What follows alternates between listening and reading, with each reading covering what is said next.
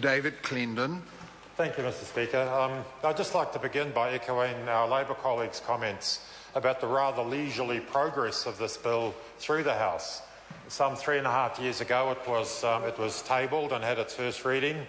I was on the Select Committee at the time, and I have to say there was a sense of urgency that this was one of a raft of pieces of legislation that was seen as being important and that needed to be passed.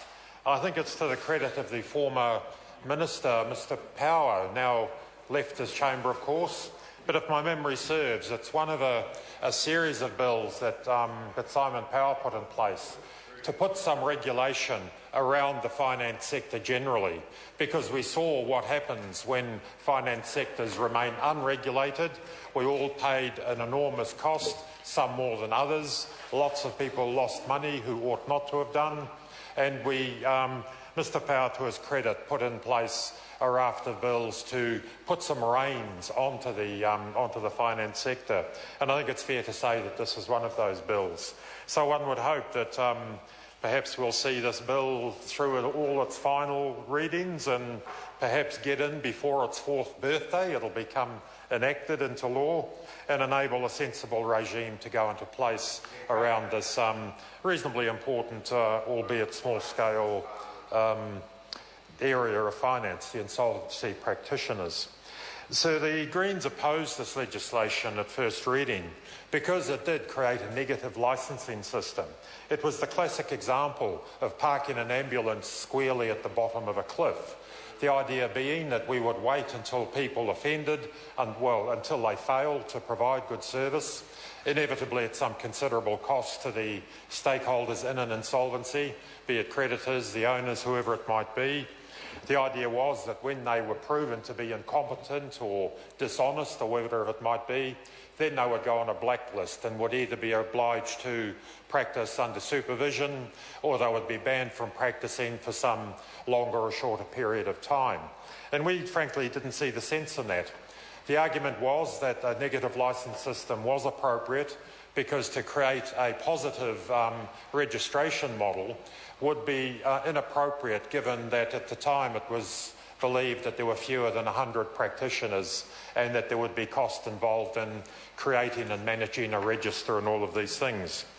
We saw then that the notion of short-term cost savings certainly did not compensate for the long-term risk that it would impose on people needing the service of these practitioners, the almost inevitability that at least some of them would lack the experience, the competence, the integrity to do a good job for their client, for their customer.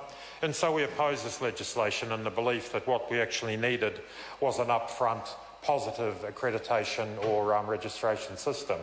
And I'm very pleased to say that in the course of the Select Committee, the logic of that position became acknowledged by all parties, and what we see now is a piece of legislation that does establish an upfront accreditation model where people will be obliged to demonstrate their skills, the correct attitude, the competency, the integrity that really we need to see. I mean, it would be odd if we allowed auditors or accountants or even real estate agents, tradespeople, to operate without some form of accreditation, and we saw no reason why insolvency practitioners should be any different. So I'm pleased to say that given the almost 180-degree shift that's occurred in the drafting in the model that's now proposed in this bill, that the Greens from now on are quite happy to support this legislation. We will oppose what we think is bad legislation. As I say, the Select Committee did a good job. It listened to the overwhelming majority of submitters who said, hey, why are we doing it this way? Why not do it a positive accreditation model? We've gone to that, and for that reason the Greens are very happy to support it from here on in and through later readings. In terms of the substance of the bill, I probably need not dwell too long on that. This late on a Thursday, it's a fairly straightforward piece of legislation now, where it does create a process for accreditation, for recognition of practitioners. It also creates a process for removing those people, removing their accreditation if there is malpractice or lack of integrity or honesty, whatever it might be. The registration can be cancelled, and of course that's entirely appropriate. there are appropriate penalties put in place.